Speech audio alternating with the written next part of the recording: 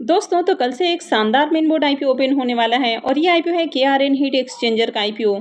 तो चलिए देखते हैं कि इसका प्रीमियम किस प्राइस के ऊपर ट्रेड कर रहा है, आईपीओ से कितना प्रॉफिट हो सकता है और कंपनी क्या काम करती है।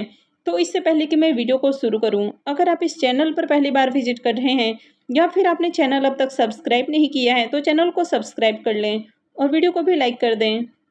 तो सबसे पहले आईपीओ के डिटेल्स की बात करें तो आईपीओ 25 सितंबर से यानी कि कल से ही खुलने वाला है और ये 27 सितंबर को क्लोज होगा। फेस वैल्यू 10 रुपये पर शेयर है। बुकिंग प्राइस 220 है। आईपीओ में 65 शेयर्स का लॉट है। आईपीओ के साइज को देखें तो ये आईपीओ भी ज़्यादा बड़ा नहीं है। आईपीओ 341.95 करोड़ का है। अब यहाँ पर भी आईपीओ का साइज काफ़ी छोटा है तो इसमें भी डिमांड आपको बम्पर देखने को मिलेगी और पूरी तरह से आईपीओ फ्रेश इशू का आईपीओ है। ये मेन बोर्ड आईपीओ है तो कंपनी बीएसई और एनएसई के ऊपर लिस्ट होने वाली है। आईपीओ के रिजर्वेशन पोर्शन को देखें तो क्यूआईबीज के लिए इस आईपीओ में 50% का पोर्शन है, रिटेलर्स के लिए 35% और एचएनआईज के लिए 15% का पोर्शन दिया गया है। अब आईपीओ कल से ओपन होने वाला है, लेकिन कोई भी आईपीओ एक दिन पहले एंकर इन्वेस्टर्स के लिए ओपन हो जाता है। तो ये आईपीओ भी एंकर इन्वेस्टर्स के लिए ओपन हो चुका है। तो जैसे इसकी एंकर लिस्ट आएगी मैं आपके साथ शेयर करूंगी। तो कंपनी का नाम है KRN heat exchanger and refrigeration limited. तो जैसा कि कंपनी के नाम से ही आपको इसके बिजनेस का अंदाजा लग रहा होगा, तो ये कंपनी कॉपर और एल्यूमिनियम के फिन और ट्यूब टाइप हीट एक्सचेंजर बनाती है। तो ये कंपनी कुछ इस तरह के कॉइल्स बनाते हुए देखने को मिलती है। एसी और रेफ्रिजरेटर के अंदर इस तरह के कॉइल्स यूज किए जाते हैं, यानी कि हीट एक्सचेंजर के लिए इस तरह के कॉइल्स का यूज किया जाता है। यहाँ पर कंपनी के अगर आप सेल्स को देखें तो 1 मिलियन यूनिट इनका पर एनम का आपको सेल्स देखने को मिल जाता है। कंपनी के मैन्युफैक्चरिंग फैसिलिटीज़ के बारे में बात करें तो इसकी जो मैन्युफैक्चरिंग फैसिलिटीज़ है वो 1.5 लाख स्क्वायर फीट के अंदर फैला हुआ देखने को मिलता है, यानी कि काफ़ी बड़ा इनका मैन्युफैक्चरिंग यूनिट आपको देखने को मिलता है। और इसकी मैन्युफैक्चरिंग यूनिट राजस्थान के नीमराना में है, जिसकी शुरुआत 2017 में हुई है। तो बहुत पुरानी कंपनी नहीं है, लेकिन ये जो कंपनी है ये अपने सेक्टर का इंडस्ट्री लीडर देखने को मिल जाता है और मार्केट में इस तरह की दूसरी कंपनी लिस्टेड नहीं है। तो एक तरह से इस कंपनी की मार्केट के अंदर मोनोपोली आपको देखने को मिलेगी। कंपनी के क्लाइंट को देखें तो कंपनी का क्लाइंट बेस भी काफ़ी शानदार देखने को मिल रहा है। यहाँ पर आपको डेकिन एयर कंडीशनर देखने को मिल रहा है, कैरियर है, वोल्टास है, इसमें गोदरेज का नाम देखने को मिल रहा है। यानी कि जितनी भी बड़ी बड़ी कंपनियां हैं जो कि रेफ्रिजरेटर या एयर कंडीशनर बनाती हैं, तो उस तरह की कंपनियां इनकी आपको क्लाइंट लिस्ट के अंदर देखने को मिल जाती हैं। कंपनी के प्रोडक्ट डोमेस्टिक के साथ ही इंडस्ट्रीज के अंदर भी यूज किए जाते हैं। जैसे कि आप देखते हैं कि घर में भी एसी और रेफ्रिजरेटर का यूज़ किया जाता है, उसी तरह कई सारे इंडस्ट्रीज़ हैं वहाँ पर भी इनका यूज़ किया जाता है। यानी कि घर में जो यूज़ किए जाते हैं उनका साइज़ छोटा होता है, जबकि इंडस्ट्रीज़ के अंदर बड़े बड़े साइज़ के रेफ्रिजरेटर और जो एयर कंडीशनर है वो यूज़ किए जाते हैं। यानी कि काफ़ी अलग अलग तरह के इंडस्ट्रीज़ हैं, जैसे कि पावर इंडस्ट्री है, कोल्ड स्टोरेज वाली जो इंडस्ट्रीज़ हैं, जो कंपनियाँ डेटा से रिलेटेड सर्विसेज ऑफर करती हैं, यानी कि जो भी क्लाउड से रिलेटेड काम करती हैं। इसके अलावा फार्मा इंडस्ट्री है, केमिकल है, फूड इंडस्ट्री है, यानी कि वहाँ पर भी कई तरह के बड़े बड़े जो एसी हैं और रेफ्रिजरेटर हैं तो उनका यूज़ किया जाता है। तो कंपनी डोमेस्टिक के साथ ही जो इंडस्ट्रियल यूज़ के लिए बड़े बड़े रेफ्रिजरेटर और एसी बनाए जाते हैं तो वहाँ पर भी इनके प्रोडक्ट यूज़ किए जाते हैं। तो कंपनी इंडिया के साथ ही इंडिया के बाहर भी अपने प्रोडक्ट एक्सपोर्ट करती है। तो company UAE, US, Italy, Saudi Arabia, Norway, चेक रिपब्लिक, जर्मनी, यूके और भी काफ़ी सारे कंट्रीज़ के अंदर एक्सपोर्ट करती है। तो कंपनी के बिजनेस को देखें तो कंपनी का बिजनेस अच्छा है। इस सेक्टर की मार्केट के अंदर दूसरी लिस्टेड कंपनी देखने को नहीं मिल रही है, यानी कि मार्केट में इस कंपनी की मोनोपोली आपको देखने को मिलेगी। कंपनी के फाइनेंशियल को देखें तो 22, 23 और 24 3 सालों का कंप्लीट फाइनेंशियल है।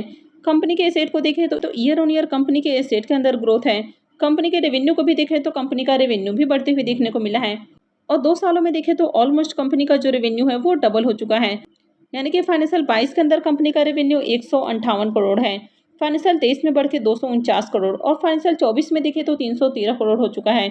यानी फाइनेंशियल 22 से 24 के बीच में देखें तो इसका रेवेन्यू ऑलमोस्ट आपको डबल होते हुए देखने को मिल रहा है। कंपनी के प्रॉफिट को देखें तो फाइनेंशियल 22 के अंदर कंपनी का प्रॉफिट 10 साढ़े 10 करोड़ है, फाइनेंशियल 23 के अंदर बढ़ के 32 करोड़ और फाइनेंशियल 24 में देखें तो 39 करोड़ का प्रॉफिट है। यानी कि कंपनी के प्रॉफिट भी इंक्रीज हुए हैं। खासकर फाइनेंशियल 22 से 23 के बीच में देखें तो कंपनी का जो प्रॉफिट है वो आपको 3 गुना होते हुए देखने को मिला है। कंपनी के नेटवर्थ को देखें तो कंपनी का नेटवर्थ भी कंटिन्यू इंक्रीज हुआ है और कंपनी के ऊपर अगर कर्ज को देखें तो वैसे तो कंपनी के कर्ज भी इंक्रीज हुए हैं, लेकिन कंपनी के ऊपर बहुत हेवी डेट नहीं है। तो कंपनी देखे तो बढ़िया प्रॉफिट बना रही है, तो कंपनी कभी भी अपने कर्ज को चुका सकती है और कंपनी आईपीओ से जो फंड रेज करने वाली है तो उससे कर्ज का भुगतान नहीं करने वाली है। तो आगे भी ये जो कर्ज है ये कंटिन्यू रहने वाला है। वैसे कंपनी का जो ओवरऑल फाइनेंशियल देखने को मिल रहा है, कंपनी का फाइनेंशियल भी अच्छा है। कंपनी के वैल्यूएशंस की बात करें तो कंपनी 1300 करोड़ के वैल्यूएशंस के ऊपर अपना आईपीओ लेकर आई है। तो ये कंपनी भी छोटी कंपनी है, स्मॉल कैप साइज की कंपनी है। इसके आरओई को देखें तो 40.86 का है, तो आरओई काफ़ी शानदार है। आरओसी 31.21 का है, तो आरओसी भी काफ़ी अट्रैक्टिव है। डेट टू इक्विटी रेशियो 0.45 का है, तो बहुत हेवी डेट नहीं है कंपनी के ऊपर। रिटर्न ऑन नेटवर्थ को देखें तो 29.68 का है, तो ये भी अच्छा है। और पैट मार्जिन को भी देखें तो पैट मार्जिन भी अट्रैक्टिव है, 12.67 का पैट मार्जिन है। इसके पी मल्टीपल को देखें तो पी मल्टीपल 24.78 का है। तो कंपनी बहुत ज़्यादा ओवर वैल्यूड प्राइस के ऊपर तो नहीं आई है, पर प्राइस सस्ता भी नहीं रखा गया है। अब मार्केट में इसकी कोई पीयर कंपटीटर नहीं है, तो इसको कंपेयर नहीं कर सकते हैं। हालांकि देखें अगर यहाँ पर इसके पी मल्टीपल को, तो प्राइस सस्ता तो नहीं देखने को मिल रहा है। आईपीओ के ऑब्जेक्टिव की बात करें तो सबसे पहला ऑब्जेक्टिव है इन्वेस्टमेंट इन होली ओन सब्सिडरी, यानी कि कंपनी अपने सब्सिडरी के अंदर इन्वेस्टमेंट करने वाली है। और सेकेंड है जनरल कॉर्पोरेट पर्पस। आईपीओ में लॉट साइज को देखें तो 65 शेयर्स का एक लॉट है, और एक लॉट के ऊपर इन्वेस्टमेंट अमाउंट 14,300 रुपये रहने वाला है। तो अगर आप रिटेल पोर्शन से अप्लाई करते हैं तो मिनिमम आपको एक लॉट के लिए अप्लाई करना होगा, और मैक्सिमम आप 13 लॉट लगा सकते हैं। कंपनी में प्रमोटर्स की होल्डिंग अभी 94.39% है, और आईपीओ लिस्ट होने के बाद प्रमोटर्स की होल्डिंग कम हो जाएगी। आईपीओ के शेड्यूल को देखें तो आईपीओ 25 सितंबर से यानी कि वेडनेसडे से ओपन होने वाला है, और ये 27 सितंबर को क्लोज होगा। आईपीओ का अलॉटमेंट 30 सितंबर को होगा। रिफंड डेट 1 अक्टूबर है, क्रेडिट डेट भी 1 अक्टूबर है, और लिस्टिंग 3 अक्टूबर को होने वाली है। तो चलिए अब इसके प्रीमियम को भी देख लेते हैं कि प्रीमियम किस प्राइस के ऊपर ट्रेड कर रहा है, और आईपीओ से कितना प्रॉफिट हो सकता है। इसके प्रीमियम को देखें तो इसका प्रीमियम पहले जहां 240 रुपये के ऊपर ट्रेड कर रहा था, वो अभी 230 रुपये के ऊपर देखने को मिल रहा है, और आईपीओ में 65 शेयर्स का लॉट है। तो आईपीओ से 14,950 रुपये एक लॉट से प्रॉफिट हो सकता है। प्रीमियम को देखें तो प्रीमियम 105% के राउंड ट्रेड कर रहा है। तो प्रीमियम को देखें तो प्रीमियम अभी भी काफ़ी हाई प्राइस के ऊपर देखने को मिल रहा है, और 100% से ऊपर ही ट्रेड कर रहा है। आईपीओ का साइज़ भी काफ़ी छोटा है, यानी कि ओवरऑल देखें तो मार्केट में बम्पर डिमांड है, आईपीओ भी छोटा है, तो इसमें भी आपको बम्पर एप्लीकेशंस लगते हुए देखने को मिलेंगे। यानी कि मार्केट में सप्लाई कम है, तो इसमें भी डिमांड आपको बढ़िया देखने को मिलेगी, और आईपीओ की लिस्टिंग भी बढ़िया प्राइस के ऊपर हो सकती है। क्योंकि अगर कंपनी के बिजनेस को देखें तो एक तरह से मार्केट में इनकी मोनोपोली देखने को मिल रही है। मार्केट में इस सेगमेंट में दूसरी लिस्टेड कंपनी नहीं है, तो इसका बेनिफिट कंपनी को मिलेगा, यानी कि आईपीओ की लिस्टिंग बढ़िया प्राइस के ऊपर हो सकती है। तो इस आईपीओ में भी अप्लाई करने के लिए रेडी रहना है। आज इसकी एंकर लिस्ट आने वाली है, तो जैसे इसकी एंकर लिस्ट आती है मैं आपके साथ शेयर करूंगी। वैसे किसी भी आईपीओ में अप्लाई करना है या फिर नहीं करना है, ये पूरी तरह से आपका अपना डिसीजन होना चाहिए। तो हमेशा अपने रिस्क रिवॉर्ड को कैलकुलेट करें, और उसके बाद ही कोई भी डिसीजन लें। तो आई होप कि आपको वीडियो अच्छी लगी होगी। तो अगर आपने वीडियो को अब तक लाइक नहीं किया है तो वीडियो को लाइक कर दें, और चैनल को भी सब्सक्राइब करके रखें। वीडियो को अंत तक देखने के लिए आप सबका बहुत बहुत धन्यवाद।